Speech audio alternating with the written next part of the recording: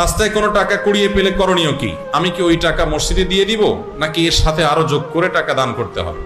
আমাদের দেশে অনেক মাসআলা আগের যুগের মুরব্বীরা বানাইছে, সৎ উদ্দেশ্যে অসৎ কাজ করছেন, সৎ উদ্দেশ্যে অসৎ কাজ করছেন, নেক উদ্দেশ্যে জাল হাদিস বানাইছে।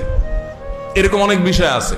এর মধ্যে এটা একটা, যে রাস্তা যদি কোনো টাকা পাওয়া যায়, কুড়ানো টাকা, হারানো টাকা কেউ যদি ধরে, তাহলে 10 টাকার নোট উঠালে 20 টাকা তাকে দিতে হবে। এটা একটা জাল হাদিস। এই জাল হাদিস যারা বানাইছেন তাদের একটা নেক নিয়ত ছিল। কি নিয়ত সেটা?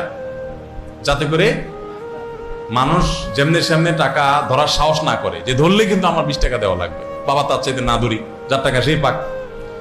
তো এই নেক উদ্দেশ্যে এটা জাল হাদিস বানাইছেন, কাজটা ভালো করেন নাই। উদ্দেশ্য ভালো ছিল, ওনাদের সরলতা ছিল।